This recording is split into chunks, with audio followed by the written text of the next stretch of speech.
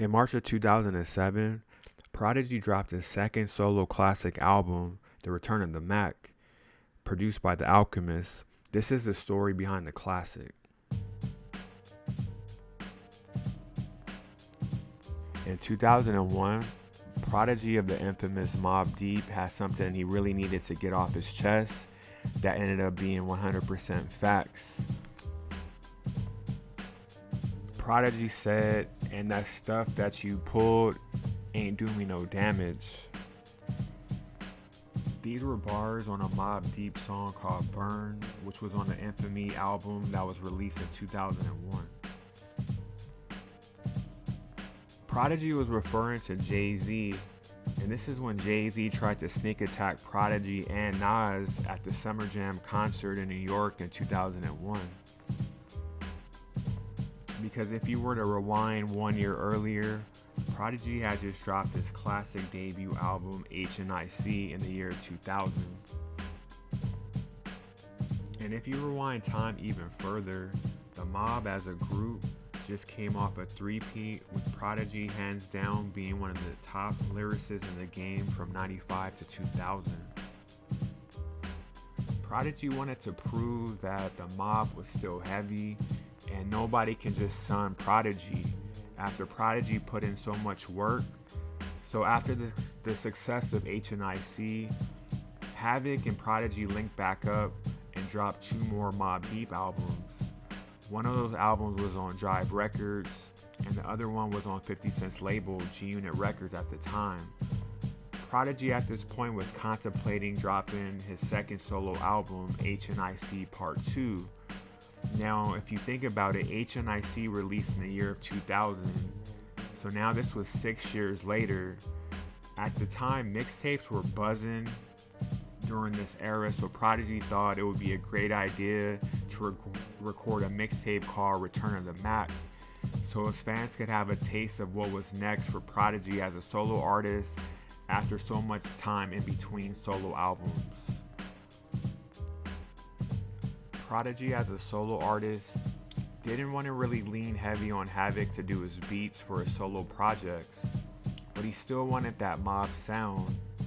During some of the recording sessions on the Mobb Deep album Murder Music, Prodigy would run into a young and up and coming producer by the name of The Alchemist.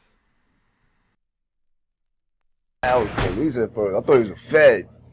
I thought they sent the Feds in to investigate us.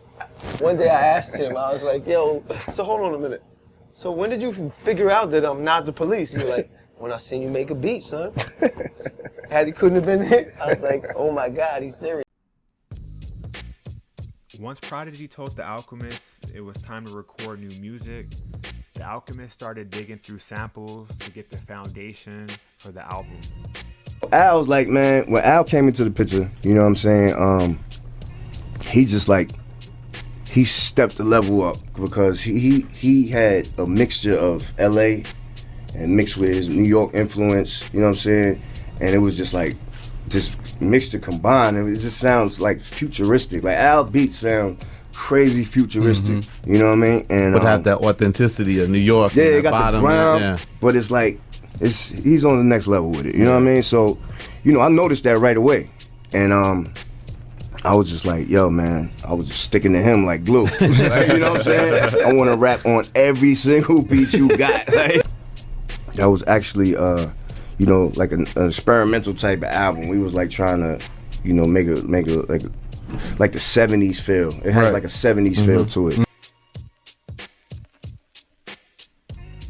As the beats were starting to filter in, the two decided on doing an old mobster theme type vibe. Think Bumpy Johnson and Dutch Schultz. The Alchemist was pulling some ill samples from a lot of different sources. One of the ideas to make it a period piece was to pull samples from the blaxploitation film era. 2 of the samples coming from Hell Up in Harlem and the film Blackula. As the recording sessions were starting to wrap up, this no longer could be a mixtape. This is a project now. This is dope enough to be an album.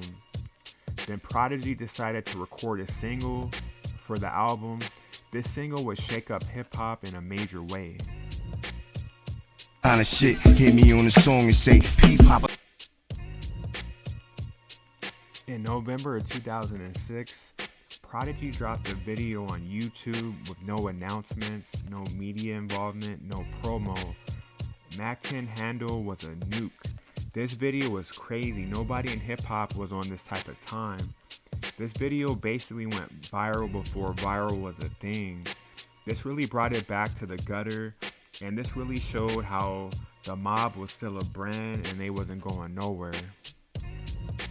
When it came to do the visuals, I hollered at my man Dan the Man. He was working for 50. He did 50's whole Massacre visual DVD. Yep. So we were on the road at that time, and I was with Dan every day on tour. He was like videotaping on tour and everything. So me and Dan used to kick it. We was like, yo, when we get back, we gotta do a video together, son. He was like, yeah. So we got back, we put our heads together. I was like, yo, listen, we need to do something like, cause I'm a fan of like Rob Zombie, his movies, The Devil's Rejects. Like, I really like how grimy that is, just the look of it. Like, it's real grimy and it's like crazy, and it's like, it has a lot of shock value, like craziness. And I wanted to apply that to a music video, you know what I mean? Because it kind of matches my style of rapping, like in the music. So I was like, yo, let's take that type of look, that shocking, crazy, violent look, and let's make a video like that. And let's put the video out before people even hear the song. Yeah. Like, we dropped the video first. I remember before that. we even put the song out. You know what I'm saying? So when we uploaded the video, yo, that shit went viral like quick. I was like shocked. I was like, whoa, this is crazy. Like, we got a lot of views with this video, like early, like, you know what I mean? Prodigy's buzz was crazy after Mac 10 Handle dropped in 2006.